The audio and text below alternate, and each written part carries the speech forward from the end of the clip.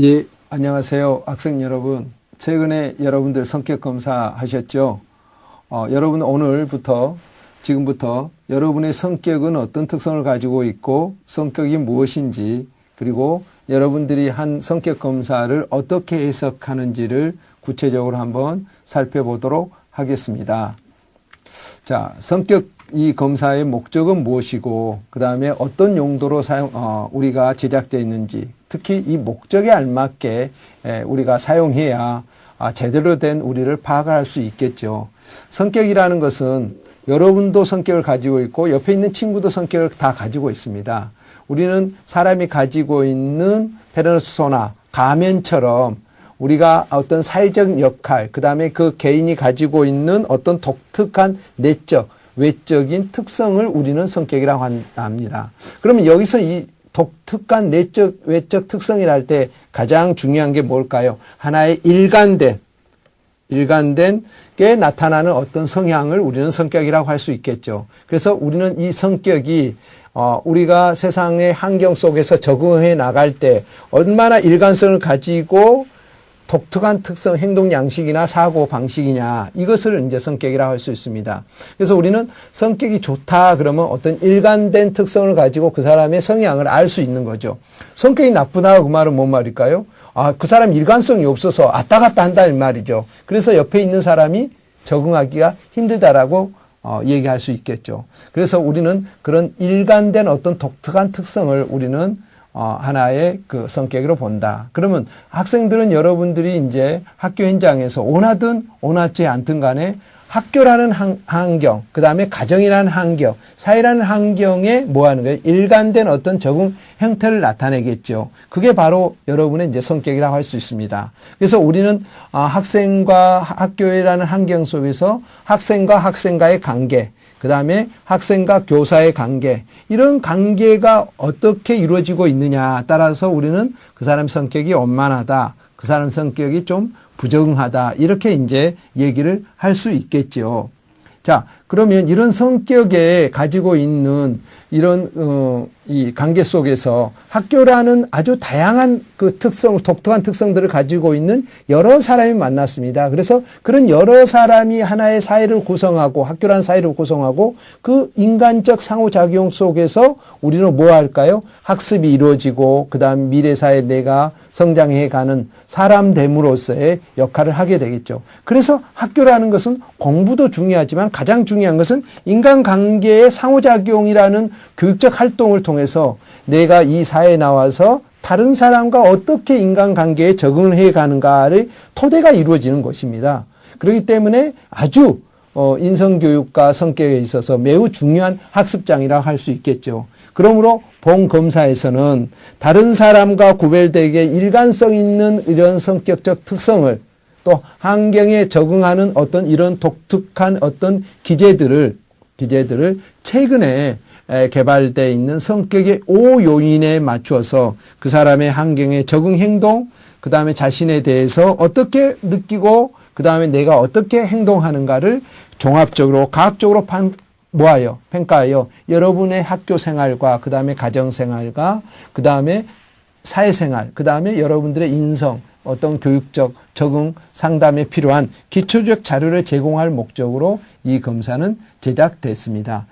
결국은 여러분들이 행복하게 살아가기 위한 어떤 사람과의 관계성을 증진시키기 위한 데 필요한 기초적 자료를 제공할 목적으로 제작됐다라고 할 수 있습니다.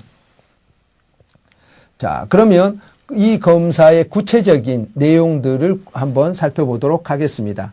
성격의 5요인서는 특히 이제 개방성. 자, 이 개방성이라는 요인은 뭐냐면 외부의 변화에 다양하게 하도록 자신의 관심을 나타내는 어떤 지적 호기심, 새로운 것에 대한 수용, 받아들인 것, 그 다음에 내가 앞으로 가고자 하는 지향성 정도를 말합니다. 그러면 이 개방성 안에는 또 세 개의 뭐가 있을까요? 하위 요인이 있습니다. 첫 번째가 뭘까요? 수용성.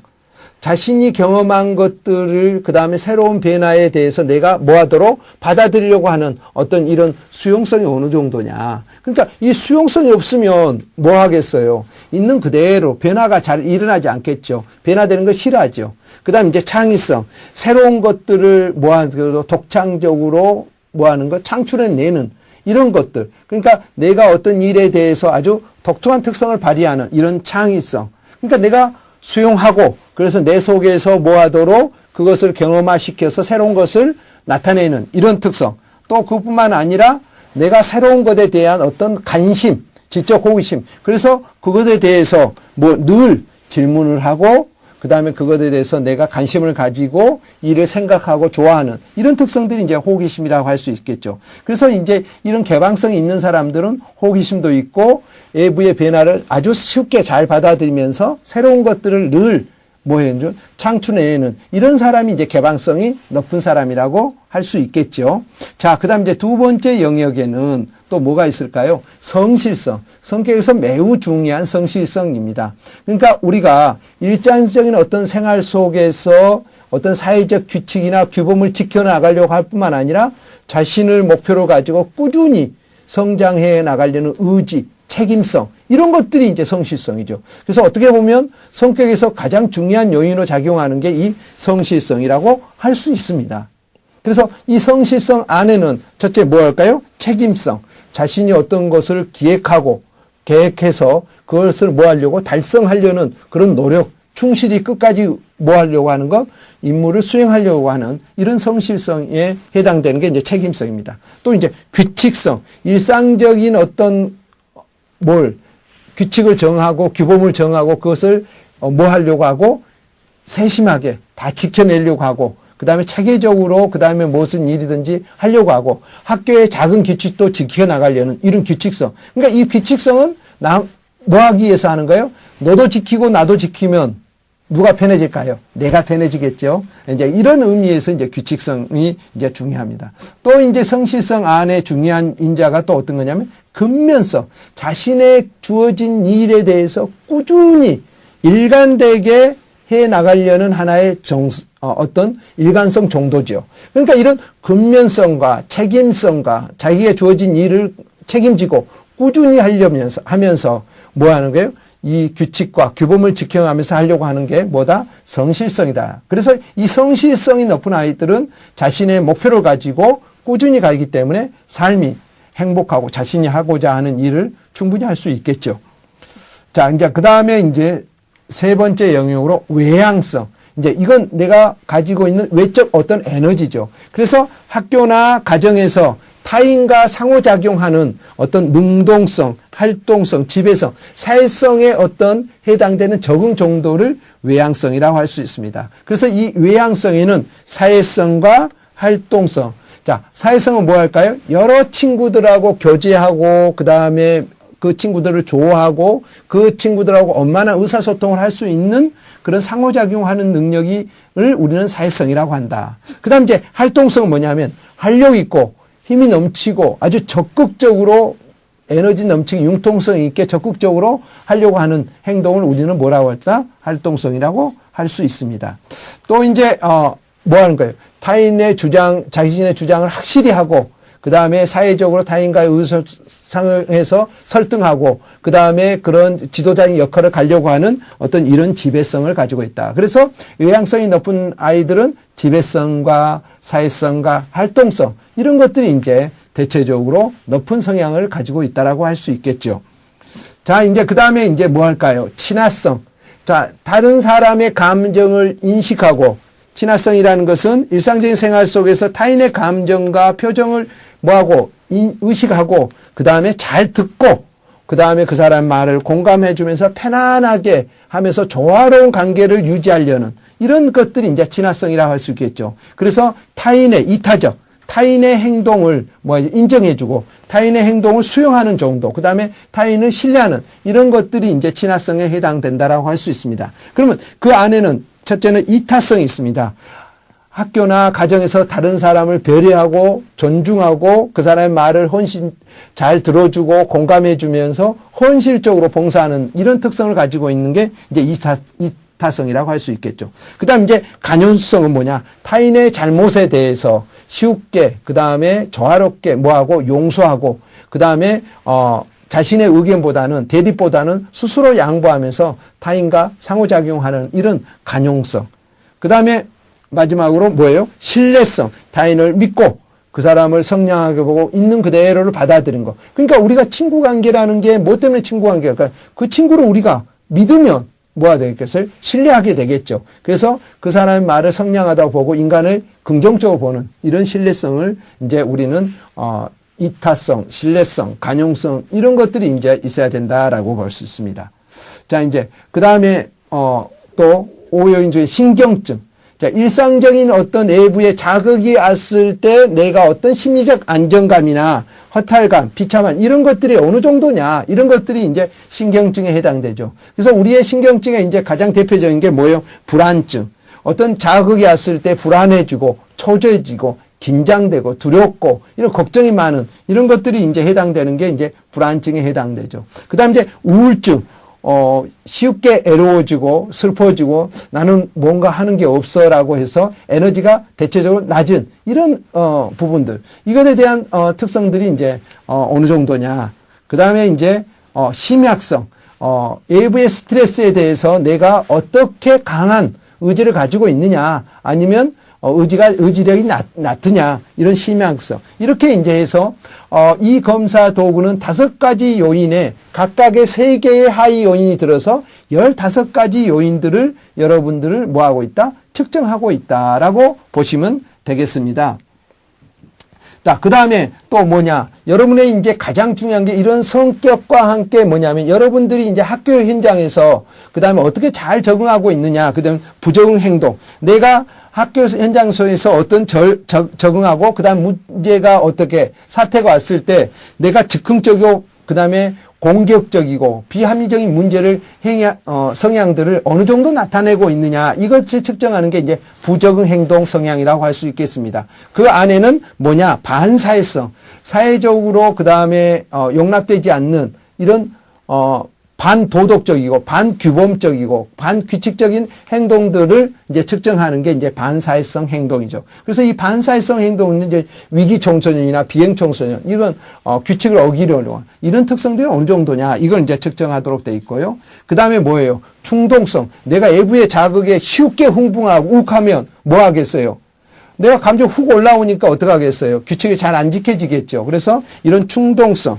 그 다음에 그것에 대해서 내가 외부의 자극을 왔을 때 안정되게 심리적 안정감을 가지고 합리적으로 표현하는 게 아니고 공격적, 언어적, 심리적, 신체적 폭력들이 어느 정도인가. 이 3가지 영역이 이제 나타나면 뭘까요? 사회적 행동들. 이런 것들이 이제 부적응 행동이라고 할 수 있습니다. 그래서 이 3가지 영역들이 이제 인성과 그 다음에 여러분 학교 현장에서 중요하는 이런 부적응적 행동들을 반사회적 행동들, 충동성 공격성들을 이제 측정하는 게 이 검사의 구체적인 내용이라고 할 수 있겠습니다.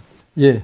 지금부터 그러면 또 다른 하위 요인에 해당되는 성공지수. 성공지수라는 것은 뭐냐면 우리가 외부의 자극이 왔을 때 내가 어떻게 그것을 인식하고 내 자신에 대해서 어떻게 바라보는지 이런 것들을 이제 보시는 거죠. 그래서 자신의 능력이나 신체, 가정에 대해서 어떤 긍정적 그러니까 부정적인 평가를 하는 사람들은 늘 부정적인 어떤 불만만 있죠. 그냥 긍정적인 평가를 하는 사람들은 거기에 대한 대안들이 나오게 되고 거기에 대한 자신감, 그 다음에 타인에 대해로부터 어떤 신뢰감, 자기 삶에 대한 만족감, 우월감 등들을 통해서 내가 가치 있는 사람이고 나는 이 세상의 유일한 존재이고 이런 특성을 가지고 있는 사람들은 뭐 할까요? 자신이 유일한 존재이고 그 다음에 나의 긍정적이고 그 다음에 내 삶에 있어서의 발전적 이런 방법들을 생각하니까 당연히 열심히 하게 되겠죠. 그래서 여기서 말하는 성공지수라는 것은 어떤 외부의 자극이 왔어도 그것을 나는 해결할 수 있다라는 어떤 인식과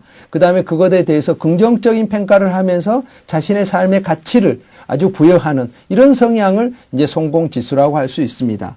그러므로 이 검사는 우리가 말하는 여러분이 가지고 있는 성격의 5가지 요인, 그 5가지 요인을 또 3개씩 15가지 요인과 그 다음에 여러분의 부적응 행동에 해당되는 3가지 요인, 그리고 또 여러분이 그걸 이겨낼 수 있는 어떤 성공 지수, 이런 요인들을 이제 종합적으로 이 검사는 측정하고 있다라고 할 수 있습니다. 검사를 해석하기 위해서는 바로 여러분들이 여러분에게 주어진 언점수와 그 다음에 여러분의 백분율, 그 다음에 한산점수, T점수가 있습니다. 자, 점사를 할 때는 원점수는 심리검사에서 아무런 의미가 없습니다. 그래서 여러분들이 관심을 가질 필요는 없고요. 그 다음에 중요한 게 뭘까요? 백분위 점수입니다. 여러분들이 백분위 점수가 몇 %냐 할 것은 나의 상대적 이치입니다. 그래서 내가 만약에 75%에 해당된다 그러면 나보다 못하는 아이가 몇 명이 있다라는 거예요? 100명 중에서 74명이 있고, 그 다음에 나보다 잘하는 아이가 몇 명 있다는 거예요? 24명에 있고, 내가 25번째, 25번째 위치에 있다라는 겁니다. 그래서 어느 지점에 속하느냐, 이걸 나타내는 게 뭐다? 백분위 점수입니다. 그러나 이제 표준 점수는 뭐 하는 거예요? 나의 점수를 정확히 비교하는 거예요. 예를 들면 국어와 수학이 점수가 있다. 국어를 80점 맞고 수학을 86점을 맞았다. 그러면 수학을 잘했을까? 국어를 잘했을까? 이게 비교될까요? 안 될까요? 안 돼요. 그래서 이 표준 점수는 바로 요인과의 요인을 비교하고 다른 사람의 점수를 비교할 수 있도록 뭐 하는 거예요? 자를 만들어 놓은 게 표준 점수라고 할 수 있습니다. 그러면 여러분들은 이 성격 중에서 한번 봐보세요. 이 T점수는 50. T점수는 40, T점수는 60이었는데 이게 몇 %가 들어갔냐면 68%가 들어가 있다 이 말이에요. 여기에 들어있는 것을 보통이라고 그래요. 그러니까 여러분이 성격 검사를 했을 때 이 안에 들어와 있는 아이는 유연성이 있고 아주 잘 적응한다라는 소리예요. 그러나 성격이 이쪽에 들어가 있거나 이쪽에 있으면 너무 강해서 어떨까요? 마찰이 많을 수 있겠죠. 그 다음에 이쪽은 너무 힘이 없어서 의존하게 되고 그 다음에 자신의 욕구를 잘 표현하지 못해서 이건 또 여기도 어려움을 갖게 되고 여기도 어려움을 갖게 되겠죠. 그래서 성격은 바로 이 T점수 40과 60, 백분율 16에서 84에 해당되는 이런 특성을 가지고 있는 학생들이 어떻다라는 거예요? 적절하다라고 할 수 있습니다. 그래서 우리는 성격에 있어서의 이 지점에 와 있느냐 없느냐 이걸 잘 보는 게 여러분들이 중요하다. 그래서 T점수 40에서 60, 16에서 84%에 해당되는 그런 특성을 가지고 있는 학생이 어떻다라는 거예요? 건강하고 잘 적응하고 융통성이 있고 유연성이 있다라고 할 수 있다. 자, 그러면 지금부터 검사의 해석 방법에 대해서 구체적으로 한번 살펴보도록 하겠습니다. 자, 우리가 먼저 자신이 가지고 있는 개방성, 성실성, 예양성, 친화성, 신경증, 부정행동, 성공지수 이렇게 나뉘어 있습니다. 그러면 먼저 우리가 여러분의 결과표를 보면서 40점과 60점 사이에 어느 정도 있는가 이렇게 보시고 그 다음에 이 개방성과 성실성과 예양성, 친화성은 이쪽으로 올수록 긍정적이라고 할 수 있겠죠. 그러나 신경증증은 이쪽으로 올수록 뭐냐 부정적이고 이쪽으로 갈수록 뭘까요? 긍정적이라고 할 수 있을 겁니다. 또한 부정행동도 이쪽으로 갈수록 긍정적이고 이쪽으로 갈수록 부정적이라고 할 수 있겠죠. 그 다음에 성공지수도 이쪽으로 갈수록 부정적이고 이쪽으로 갈수록 긍정적이라고 할 수 있습니다.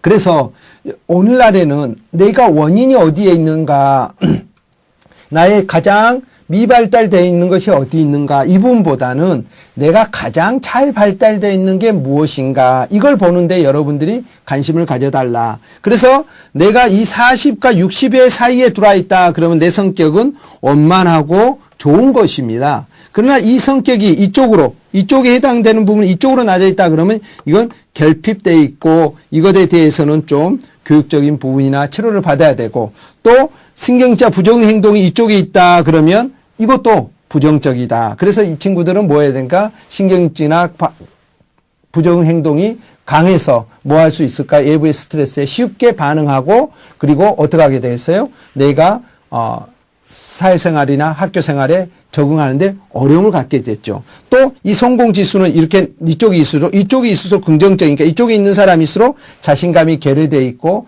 나에 대해서 늘 부정적인 생각을 하기 때문에 지금 이 순간 많이 힘들다고 할 수 있습니다. 그래서 여러분들은 개방성, 성실성, 예양성, 친화성이 되도록이면 이쪽에 와 있다. 그러면 매우 좋은 거고 좋다라고 할 수 있습니다. 그래서 이쪽에 50에서 60점 사이에 이렇게 돼 있는 게 여러분의 성격이 괜찮다. 그러나 이 친구처럼 이제 성실성이, 특히 이 성실성이 이렇게 낮은 아이들은 생각은 많으나 행동이 움직여지지 않기 때문에 이 아이는 말만 그럴듯하게 할 뿐 행동적인 그런 실천 플랜이 없어서 자신의 목표를 달성하지 못합니다. 그렇기 때문에 이런 성격은 안 좋은 성격이라 할 수 있습니다. 특히 성실성이. 그래서 여러분이 개방성이나 성실성이나 예양성, 친화성은 50에서 60 사이가 가장 좋은 성격이고 그 다음에 두 번째가 40에서 50 사이에 있으면 괜찮고 그 다음에 60에서 70 사이다 그러면 조금 강합니다. 그래서 이런 친구일수록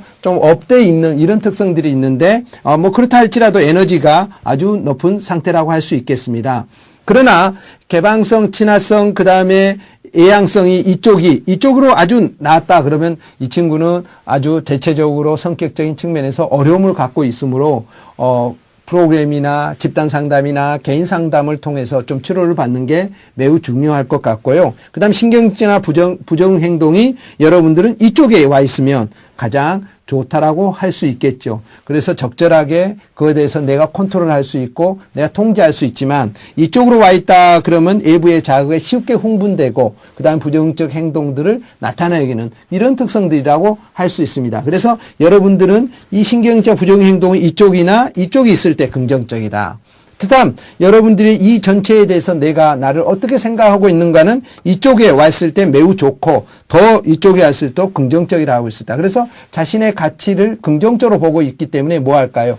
늘 뭐 할 수 있을까요? 앞으로 그 다음에 전진할 수 있는 이런 특성들을 이제 가질 수 있다라고 할 수 있습니다. 그래서 이 성격은 다른 사람하고 비교할 필요도 없이 내 자신이 이렇게 보고 내가 지금 어디가 부족하고 있구나. 그 다음 어디가 긍정적이구나. 그래서 이쪽 긍정적인 부분들은 지금과 같이 늘 일관된 행동을 하시면 되고 그 다음에 이런 신경질적이나 부정 행동 이쪽이 많은 사람들은 외부의 자극에 대해서 내가 나를 좀 잘 들어보고 좀 주의를 해서 내 신경증이나 부정 행동을 낮추려고 하고 그 다음에 성공지수가 낮은 사람들은 긍정적인 나에 대해서 나를 who are you 너는 누구냐라고 이렇게 거울을 보면서 자기를 좀 평가해보는 이런 시간들을 갖는 게 매우 중요하다라고 할 수 있습니다. 자, 그 다음에 이제 여러분들의 이제 검사의 지도, 용어로 해당되는 뭘까요? 우울증, 불안증, 우울증, 심약성, 이 영역에 해당되는 프로파일과 그 다음에 반사회성, 충동성, 공격성에 해당되는. 그래서 이건 외부의 자극에 대해서 내가 심리적으로 어떤 특성들을 갖다내고 있느냐. 그래서 이 사람들은 60 이상이다 그러면 이건 뭐 할까요? 매우 심각한 수준이다. 그래서 불안증, 우울증, 심약성이 이렇게 60 이상으로 가고 있다 그러면 외부의 자극에 쉽게 모았을 때 스트레스 반응하고 돼 있고 불안하고 우울하고 특히 내 삶에 대해서 가치 없게 생각을 해서 매우 나약한 상태에 있다라고 할 수 있다. 그래서 이쪽에 있어는 상담이라든지 심리치료라든지 미술 치료라든지 이런 것들을 통해서 자신들의 모아수를 컨트롤하고 좀 낮추는 이런 특성들을 이제 가져야 될 것 같고요. 자, 반사회성이나 충동성이나 공격성도 이쪽이 있으면 좀 강하다. 그리고 이쪽이 있을수록 자기를 모하지 못한다. 통제하지 못한다. 그래서 되도록이면 우울증, 심약성, 그 다음 반사회성, 충동성, 공격성은 주로 40과 50 사이에 이렇게 오도록 해주는 게 아주 적절한 그런 특성이다라고 할 수 있겠습니다. 그래서 지금같이 이 학생이 불안, 우울, 심약성이 대체적으로 이렇게 높게 나왔다 그러면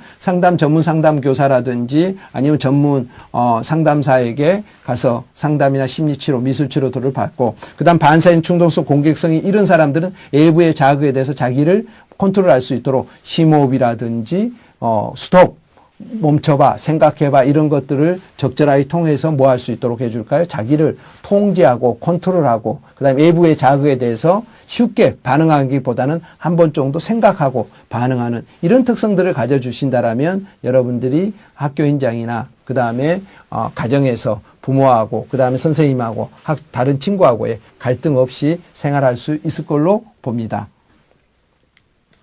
자, 그러면 우리가 이제 전체적으로 검사의 결과에 대한 해석을 봤습니다. 지금부터는 그러면 이 검사는 어떻게 활용할 거냐? 자, 여러분들이 이제 여러분들의 특성을 봤다라면, 아, 내가 어디에 문제가 있구나. 나는 어떤 강점이 있구나. 그래서 이런 강점을 일관되게 해서 뭐 하도록 하나의 습관화 시켜서 내가 구체적으로 적응해 나가면 매우 좋을 것 같습니다. 그래서 우리는 이 습관이 제2의 천성이라고 하죠. 그래서 우리의 모든 행동은 이런 성격의 습관에 의해서 움직여지고 있다. 그래서 여러분의 지금 가지고 있는 그런 성향, 그 다음 성격, 이런 적응을 구체적으로 파악을 해서 거기에 알맞는 내 부분을 이제 좀 뭐 해보고 통찰해보고 새로운 행동을 하시는 게 매우 중요할 것이다. 그 다음에 성격의 기본 5요인과 부정행동 성공 지수들을 이제 구체적으로 평가해봤기 때문에 그걸 가지고 뭐 하도록 다른 새로운 어떤 행동을 뭐 하도록 해주는 게 좋을까요? 습관화 시키도록 해주는 게 매우 중요하다.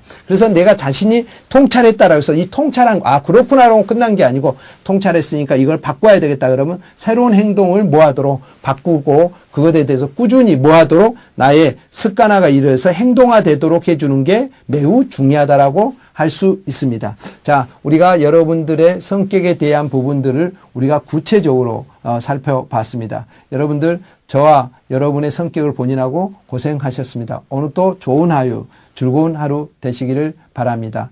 자, 오늘 여러분들 수고하셨습니다. 감사합니다.